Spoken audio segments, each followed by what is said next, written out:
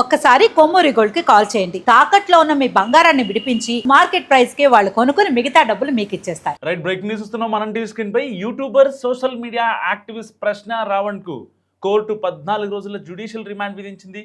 ఈ నెల 18వ తేదీ వరకు ఆయనకు రిమాండ్ విధిస్తూ గన్నవరం న్యాయమూర్తి ఉత్తర్వులు జారీ చేశారు. ఉపా చట్టం సహా పలు చట్ట వ్యతిరేక చర్యలకు పాల్పడినట్టు ఆయనపై తీవ్రమైన ఆరోపణలు రావడంతో ఏపీలోని గన్నవరం పోలీస్ స్టేషన్లో కేసులు నమోదయ్యాయి. సో ఈ కేసుల ఆధారంగానే పోలీసులు ఆయన్ని అరెస్ట్ చేసి కోర్టు ముందు ప్రవేశపెట్టారు.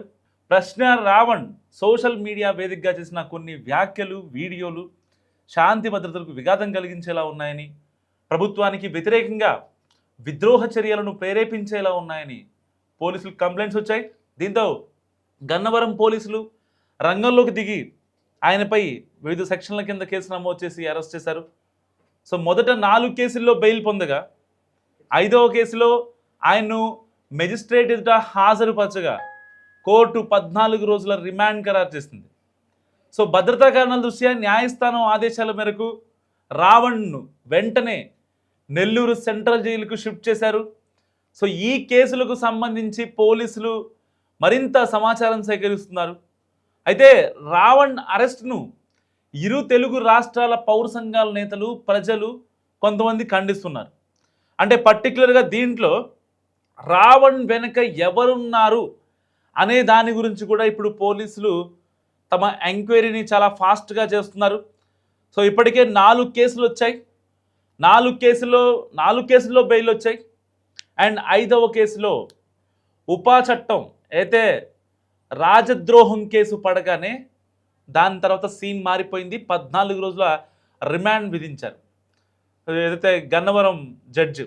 సో ఇలాంటి నేపథ్యంలో అసలు ప్రశ్న రావణ్ మితిమీరి మాట్లాడటం ఎంతవరకు కరెక్ట్, అండ్ దాంట్లో ఏదైతే జూన్ 28న వీళ్ళు పెట్టిన సభ ఏదైతే ఉందో దళిత క్రైస్తవ శంకారావం అనే పేరుతో ఈ యొక్క సభను పెట్టారు. దళితులు చూస్తాం, క్రైస్తవులను చూస్తాం.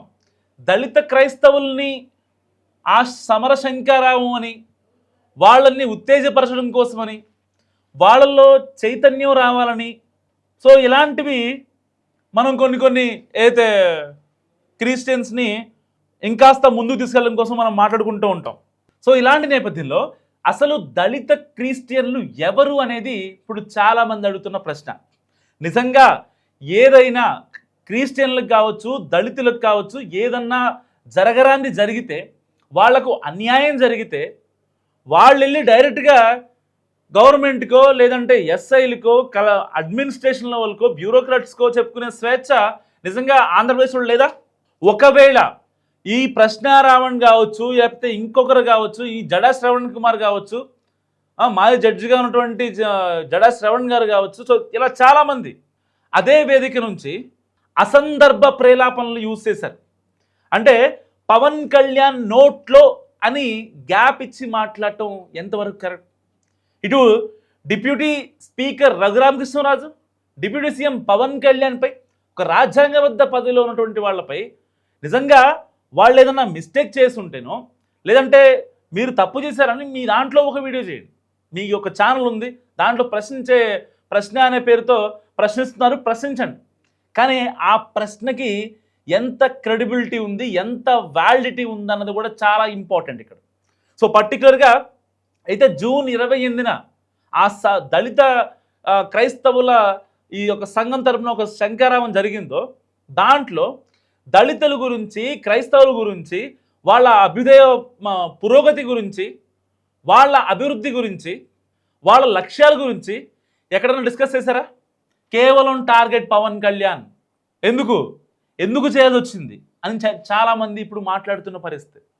ఒకరు కాదు, ఇద్దరు కాదు, కూటమి పెద్దలను టార్గెట్ చేయడం, లేదంటే రఘురామకృష్ణరాజుని ఇంత లావు ఉంటాడు, కోస్తే 2 ఊళ్ళకు సరిపోతాడని చెప్పి జడా శ్రవణ్ కుమార్ మాట్లాడటం నిజంగా ఎంతవరకు కరెక్ట్?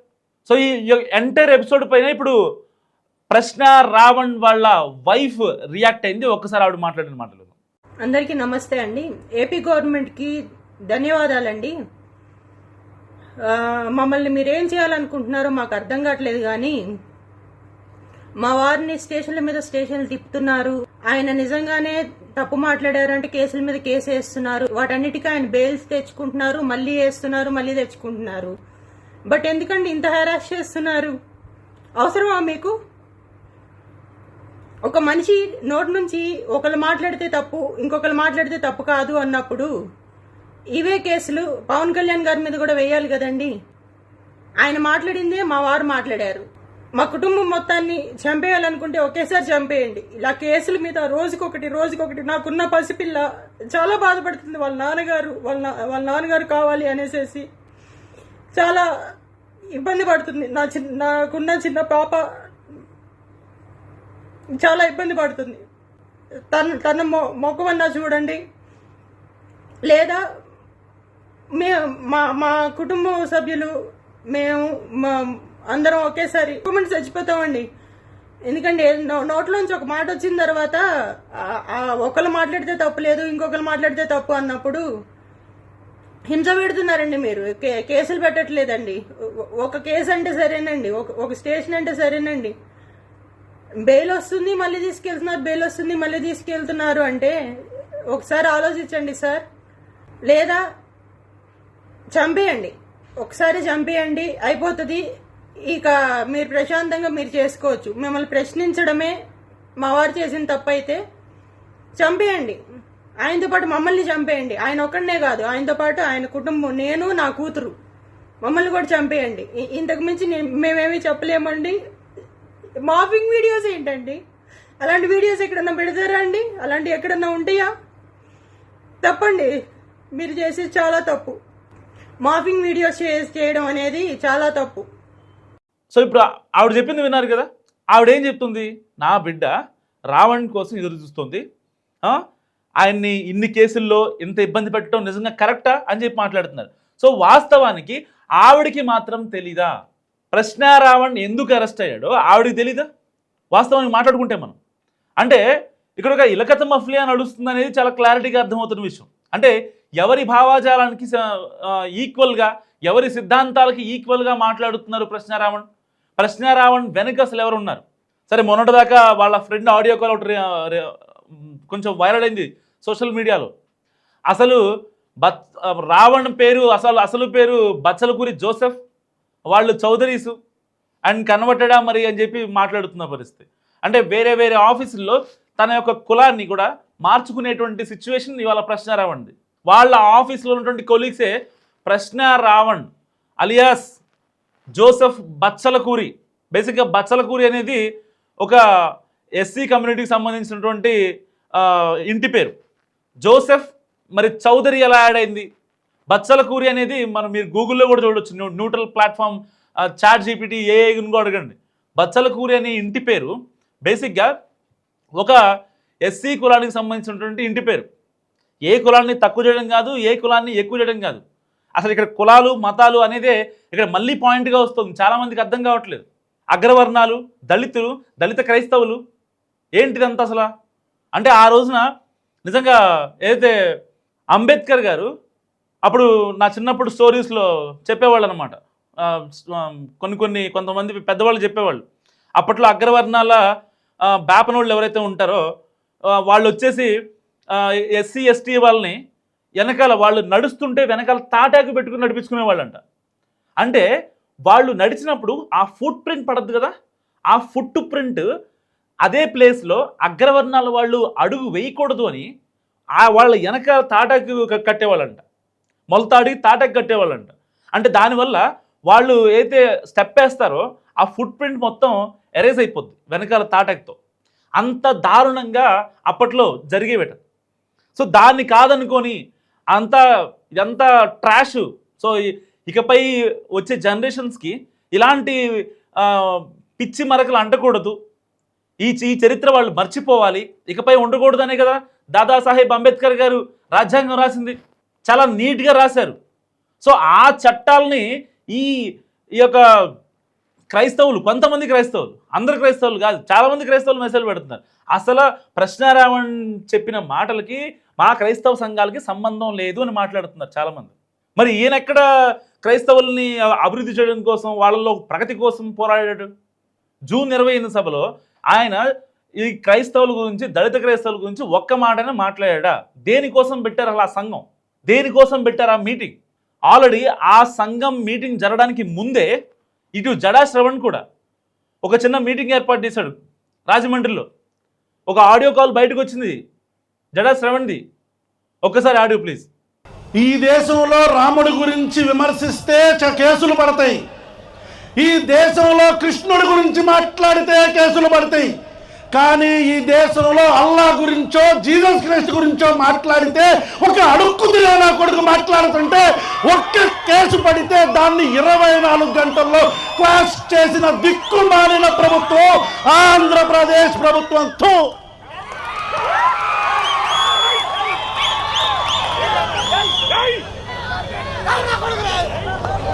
రే రాధా మనోహర్ దాస్ కొడక్క దొరుకుతావు.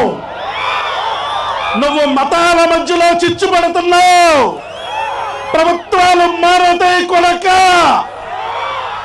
నీ బట్టలు పదీసి రోడ్డు మీద తొక్కి నారతీస్తామని పవన్ కళ్యాణ్ చెప్తాడు కదా, అలాగే తొక్కి నారతీస్తారు కొడక. సో విన్నారు కదా జడా శ్రవణ్ మాట్లాడిన మాటలు. అంటే ఒక చిన్న మీటింగ్ ఏదైనా జరిగితే దాని తర్వాత వచ్చే కాన్సిక్వెన్సెస్కి వెంటనే మేము అన్ని తగలబెట్టేస్తాం, బస్సులు లారీలు తగలబెట్టేస్తాం, ఇంకెప్పుడు మన క్రైస్తవ సంఘం బాగుపడేదని చెప్పి మాట్లాడుతున్నారు. అంటే ఒక మాజీ జడ్జిగా ఉన్నారు జడా శ్రవణ్ కుమార్ గారు. దీంట్లో కాన్స్పిరసీ లేదంటారా? ఇప్పటికే చాలామంది తన ఆడియోని రిలీజ్ చేశారు, లైక్ మహాసేన్ రాయేష్ లాంటి వాళ్ళు. ఒకవేళ జడా శ్రవణ్ ఆడియో దాంట్లో, ఆయన వాయిస్ దాంట్లో లేదు అంటే ఫుల్ వీడియో రిలీజ్ చేస్తామని చెప్పారు. ఇప్పటి వరకు జడా శ్రవణ్ దాని గురించి రెస్పాండ్ అవ్వలేదు. రావణ్ పై రాజద్రోహం కేసు ఎలా చేస్తారని చెప్పి మాట్లాడుతున్నాడు. సరే, ఆయన పాయింట్ ఆఫ్ వ్యూ, ఆయనకి సెక్షన్లు మొత్తం తెలుసు కాబట్టి ఆయన ఏం మాట్లాడినా చెల్లుద్ది అని ఆయన అనుకుంటారు. బాగానే ఉంది, ఓకే.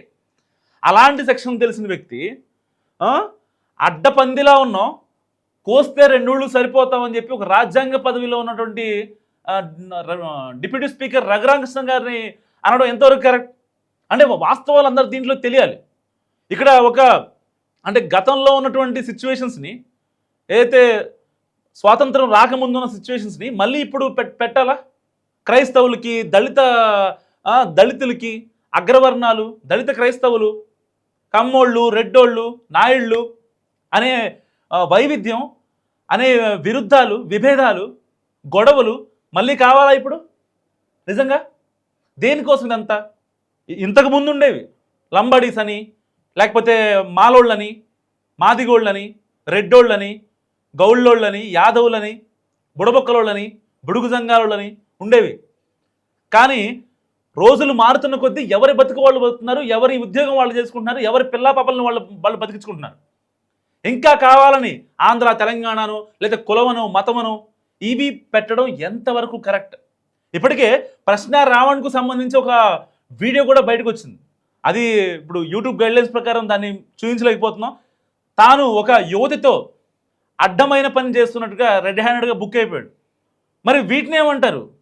ప్రశ్న రావణ్ని సపోర్ట్ చేస్తున్నటువంటి, స్టార్టింగ్లో ప్రశ్న రావణ్కి ఒక రేంజ్లో హైక్ వచ్చేసింది, మామూలుగా కాదు. కానీ ఒక్కొక్కటిగా ఎంత డిగ్ చేస్తే అంత వస్తున్నాయి బయటికి నిజాలు. అసలు జోసెఫ్ చౌదరినా? జోసెఫ్ ఒక ఎస్సీ కమ్యూనిటీ చెందినవాడ. వాళ్ళ ఆవిడకి తెలీదా? వాళ్ళ ఆవిడ ఒక వీడియో రిలీజ్ చేశారు, ఆవిడకి తెలీదా జోసెఫ్ ఎలాంటి వాడు? వాళ్ళ ఆఫీస్లో ప్రీవియస్గా వర్క్ చేసిన కంపెనీలో అడిగితే తెలీదా? అండ్ వీళ్ళకి జగన్మోహన్ రెడ్డి గారు దాదాపుగా ఒక 4-5 రోజుల నుంచి ఇష్యూ జరుగుతుంటే ఇప్పుడు జగన్మోహన్ రెడ్డి గారు బయటకు వచ్చి ఏం చెప్తారంటే, లేదు ప్రశ్న రావణ్పై పెట్టిన కేసులనే మళ్ళీ పెట్టాలని చెప్పారు. ఒక్కసారి జగన్మోహన్ రెడ్డి గారు చేసిన ట్వీట్ చూద్దాం ఒకసారి.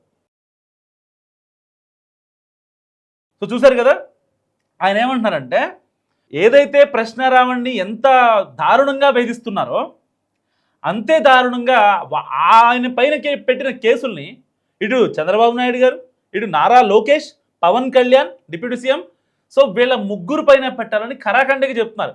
హే రామ్ అంటూ ఆయన మాట్లాడారు. హే రామ్ అంటే ఇప్పుడు హే రామ్ అనే దానికి ఒక స్ట్రాటజీ ఉంది. జగన్మోహన్ రెడ్డి గారు 4 రోజులుగా ఈ రావణ్ ఇష్యూ జరుగుతున్నా స్పందిద్దామా వద్దా అని చెప్పి చాలా జాగ్రత్తగా ఉన్నారు.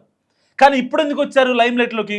ఎందుకంటే హే రామ్ ఏపీ పరిస్థితి ఎలా ఉందో చూడండి, మీరైనా కాపాడండి అని ఎందుకు స్ట్రెస్ చేశారంటే, ఇప్పుడు ప్రశ్న రావణ్ చేస్తోంది క్రిస్టియానిటీకి చాలా దగ్గరగా అని చెప్పి అందరికీ తెలిసిపోయింది. దళిత క్రైస్తవ శంకారావు అని పెట్టాడు, అక్కడికి వెళ్ళి మాట్లాడాడు. దళితులైనటువంటి క్రైస్తవుల గురించి ఎలాంటి మాట మాట్లాడలేదు. పోనీ అలా దళితులు ఎవరో ఆ క్రైస్తవులు ఎవరో నాకు ఇప్పుడు తెలియదు. పోనీ వాళ్ళ అభివృద్ధి కోసం మాట్లాడారా, వాళ్ళ ప్రగతి కోసం మాట్లాడారా? పోనీ అది లేదు. Target Pawan Kalyan, deputy speaker Raghuramakrishnaraju, Chandrababu, Nara Lokesh, Radha Manohar దాస్గా ఉంది. సో వీళ్ళందరూ ఎవరు? హిందువులు. సరే అంతకీ కాదనుకుందాం. ఇంకా లేదు అనుకుంటే ఈయన చేసిన వీడియోలు ఇప్పుడు తెగ వైరల్ అవుతున్నాయి సోషల్ మీడియాలో. దానికి సపోర్ట్గా జగన్మోహన్ రెడ్డి గారు ఏమంటారు? హే రామ్ ఏపీ పరిస్థితి ఎలా ఉందో తెలుసా అని చెప్పి ఆయన మాట్లాడిన తీరు నిజంగా ఎంత హాస్యాస్పదం. ఒకవేళ ప్రశ్న రావడానికి స్టార్టింగ్లోనే కనుక ఈయన సపోర్ట్ చేయాలనుకుంటే ఎలాంటి కండిషన్స్ లేకుండా డే 1 సపోర్ట్ చేయరా? ఎంతమందికి సపోర్ట్ చేయలేదు? అంబటి రాంబాబు, ఇంకా ఆయన కారు కింద చనిపోయే వాళ్ళని ఇంటికి కూడా వెళ్ళినటువంటి జగన్మోహన్ రెడ్డి గారు ఒక సాక్షాత్తు సీఎం చంద్రబాబు నాయుడిని అమ్మనాబూతులు తిడితే ఆయన వాళ్ళ ఇంటికి వెళ్ళి పరామర్శించాల్సింది ఎవరిని? బుద్ధి చెప్పాల్సింది ఎవరికి? సరే చంద్రబాబు నాయుడు గారిని జగన్మోహన్ రెడ్డి గారు వెళ్ళి మాట్లాడడానికి కూడా అది వేరే విషయం. అట్లీస్ట్ జరిగిన తప్పు మనం కోల్పోయాం, చాలా కోల్పోయాం. 11 సీట్లే వచ్చాయి. సో జరగాల్సింది ఇది కాదు అని నేతలకి దిశానిర్దేశం చేయాల్సిన జగన్మోహన్ రెడ్డి గారే వాళ్ళని ఇష్టారాజ్యంగా వాళ్ళని వదిలేస్తే ఏమవుతుంది పరిస్థితి? ఇప్పుడు ఇదే విషయంలో ప్రశ్న రావణ విషయంలో కూడా జగన్మోహన్ రెడ్డి గారు చేసి తప్పదే. హే రామ్ అంటూ స్టార్టింగ్లో పోస్ట్ పెట్టారు. అది ఎంత కన్నింగ్ పోస్టో ఇప్పుడు మీకు చెప్తాను. మీకు దాని గురించి పర్టికులర్గా 4 రోజుల నుంచి ఈయన చేసే రప్చరు, ప్రశ్న రావణ చేసే హడావుడి, వాళ్ళ అనుచరులు రావటం, ఫాలోవర్స్ రావటం, జనసేన నేతల్ని, జనసేన కార్యకర్తల్ని, అభిమానుల్ని, పవన్ కళ్యాణ్ ఫ్యాన్స్ని ఇంకా రెచ్చగొట్టడం అక్కడ స్టేషన్ దగ్గర. మళ్ళీ ఏమనంటే కోడిగుడ్లతో దాడి చేశారు, లేకపోతే ఆ పిఎస్ దగ్గర గోడలు దూకి లోపలికి వచ్చే క్రమంలో ఆ ప్రశ్న రావణ్ని కొట్టడానికి వస్తున్నారు అని చెప్పి వాళ్ళకి సంబంధించిన మీడియా ఛానల్స్లో మాట్లాడుకోవడం, ఎవరికి నచ్చినట్టు వాళ్ళు మాట్లాడుకుంటున్నారు.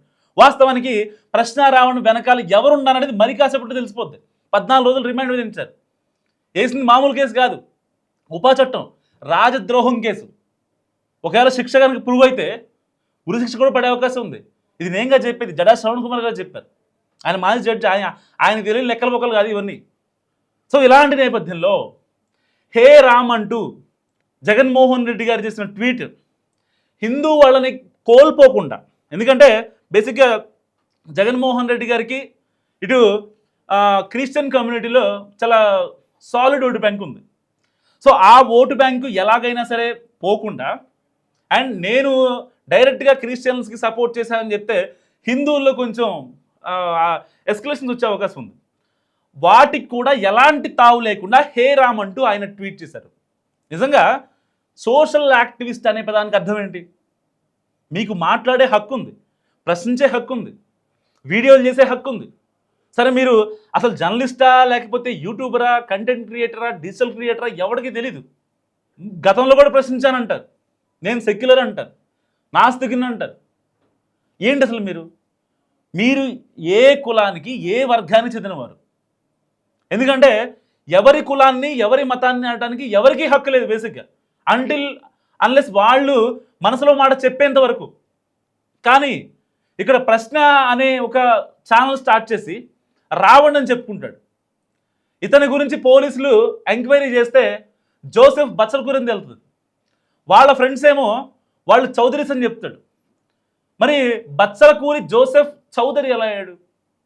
బచ్చలకూరి ఆబ్వియస్లీ ఒక ఎస్సీ కమ్యూనిటీకి సంబంధించినటువంటి ఇంటి పేరు, దానికి చౌదరి ఎలా అయింది? లేదంటే వాళ్ళ నాన్న కావచ్చు, వాళ్ళ తాత కావచ్చు, ఎవరన్నా చౌదరీస్ అయి ఉండాలి, అంతే కదా మనకు తెలిసిన ఇన్ఫర్మేషన్ ప్రకారం. అంతకు మించి ఛాన్స్ లేదు. కన్వర్ట్ అయి ఉండాలి, లేదంటే వాళ్ళ తాతో వాళ్ళ నానో అయి ఉండాలి. సో ఇప్పుడు అతని గురించి 2 తెలుగు రాష్ట్రాల్లో చర్చ గట్టిగా జరుగుతుంది. చాలామంది మాట్లాడుతున్నారు, లేదు ఇదొక అసలు ప్రశ్నిస్తే కేసులు పెట్టేస్తారా అని.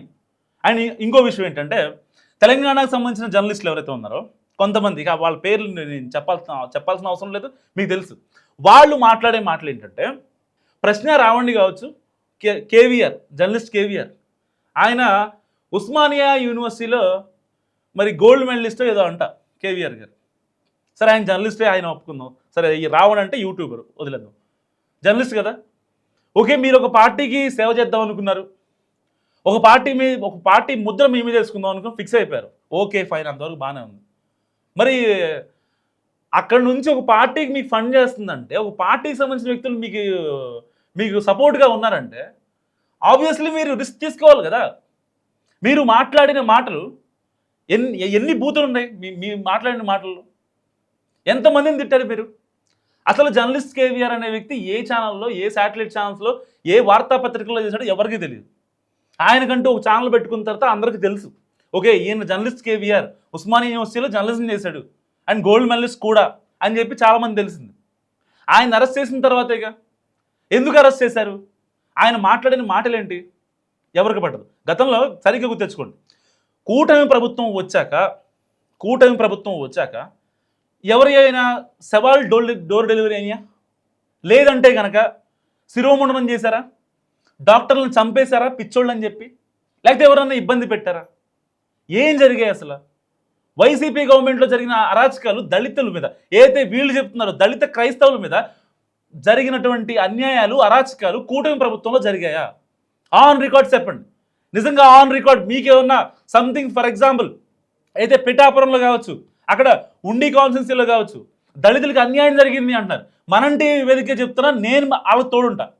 క్రైస్తవులకి పర్టికులర్గా ఆ ప్రాంతంలో ఉన్న, ఆ స్కూల్లో ఉన్న పిల్లల్ని, వాళ్ళ అమ్మ నాన్నని చాలా దారుణంగా మాట్లాడారు. నాయుళ్ళు వచ్చి మీరు మాలోళ్ళు, మీరు మాదిగోళ్ళు అని చెప్పి మాట్లాడారు అంటున్నారు. ఒక కేసు నా ఫైల్ అయిందా? దానికి సంబంధించి పెయిడ్ ఆర్టిస్టులు ఇంటర్వ్యూ చేస్తే మరి లోపలేరా? అది ఎంత చాలా పెద్ద ఇష్యూ, సెన్సిటివిటీ ఉంటుంది. ఇప్పుడు ఒక కేసులో ఫర్ ఎగ్జాంపుల్ పోలీసు వాళ్ళే ఉన్నారు, ఒక మంచివాడికి శిక్ష పడుతుందంటే ఇద్దరు చెడ్డవాళ్ళని బయటకు వదిలేస్తారు. ఎందుకంటే మంచివాడు ఇంపార్టెంట్, వాడికి శిక్ష పడకూడదు, అనవసరంగా వాడి జీవితం ఖరాబ్ అవ్వకూడదు. కాబట్టి ఇద్దరు మూర్ఖుల్ని, ఇద్దరు టెర్రరిస్టులైనా వదిలేస్తారు. ఇలాంటి కొన్ని రూల్స్ ఉంటాయి.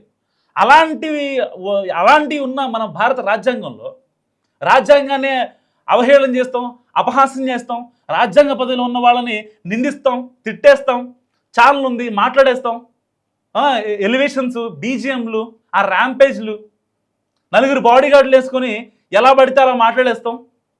ఎన్ని నెగిటివ్ కామెంట్ వస్తుందో తెలుసా? డే 1 పాజిటివ్ కామెంట్ వచ్చింది రావణ్కి. ఆ తర్వాత ఎంతమంది ఎన్ని రకాలుగా తిడుతున్నారు తెలుసా? స్టార్టింగ్లో క్రిస్టియానిటీ సంబంధించినటువంటి చాలామంది పాజిటివ్ కామెంట్లు పెట్టేవాళ్ళు, ఇప్పుడు వాళ్ళలో కూడా పాజిటివిటీ లేదు. ఎంత దారుణంగా అయిపోయింది సిచ్యువేషన్, అంత దారుణంగా అయిపోయింది.